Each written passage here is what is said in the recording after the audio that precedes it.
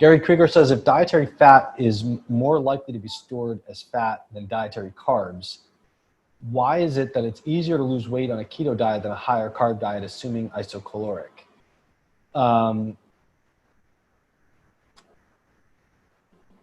Okay, first of all, it's definitely true. It's easier to store dietary fat as fat than it is to store dietary carbs.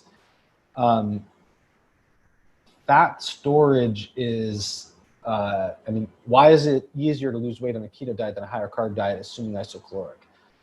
Well, I think there's an assumption that's not necessarily true there, but the ease with which you store something as fat is not really related to weight loss. So I think that's part of why that is true, or part of why there seems to be a conflict there.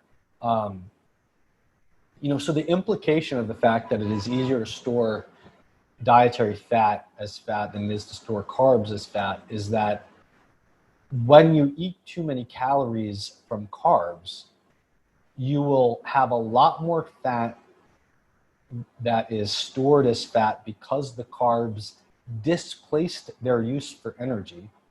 In other words, the carbs were burned for energy instead of being converted to fat. So the fat you put into your adipose tissue.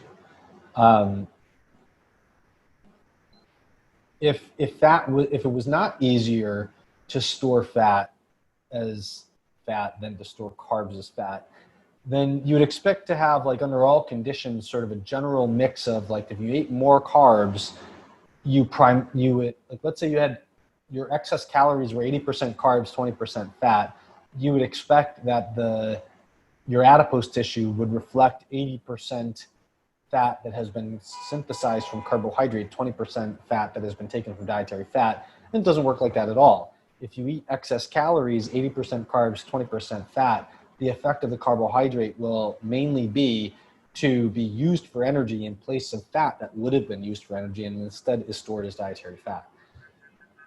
That's what it means for it to be easier to store fat as fat than to convert carbohydrate to fat. That has nothing to do with whether you lose weight, because whether you lose weight has nothing to do with which molecule you stored as fat and has everything to do with the overall caloric balance. Now, assuming it's easier to lose weight on a keto diet than a higher carb diet, assuming isocaloric. By isocaloric, I assume we mean not relative to your caloric balance, but they're the same calories on the high carb diet versus the keto diet. Probably it's not. So, that's generally been shown through self-reported dietary intake in free-living populations. And self-reported diet is not accurate. And free-living populations do not report accurately what they do. Most people, unless they're tracking everything, do not even have a reasonably accurate sense of what they're eating. And so when you do, like, metabolic ward studies, you generally don't see that advantage. I do think that there might be a very small advantage that is due to the inefficiency of gluconeogenesis, and that is due to the loss of urinary ketones. And so on an extremely low carb diet, there probably is some metabolic inefficiency introduced that causes a slight caloric deficit. But that probably only applies at the extremes, and it's probably very small. And then it's not really isocaloric. I think the overwhelming factor here is what's happening to your appetite and what is happening to the sustainability of your caloric deficit. And so I think there's a subsection of people that have really good appetite control kicking in on keto that allows them to eat less food.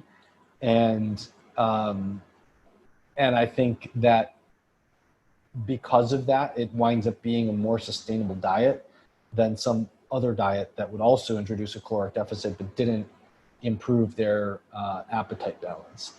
And they may say that they're eating isocaloric in a study, but if it's not done in a metabolic ward and it's not highly regulated, the assumption should be that it's not isocaloric. So yeah, I think those are two completely separate things. The fact that it's easier to store fat than convert carbs to fat is why carbs in the diet displace fat in the burning of energy, and it's not related to weight loss. On the other hand, the reason some people do better on keto than on a higher carb diet for weight loss, and I do not believe that's everyone, is because the keto diet is mainly because it's helping with um, appetite regulation and sustainability, and maybe on extremes there's a very small contribution from the metabolic inefficiency of gluconeogenesis and the loss of urinary ketones, but that's probably less common and also very small. All right, Gary, thank you for your question. Hope that helps.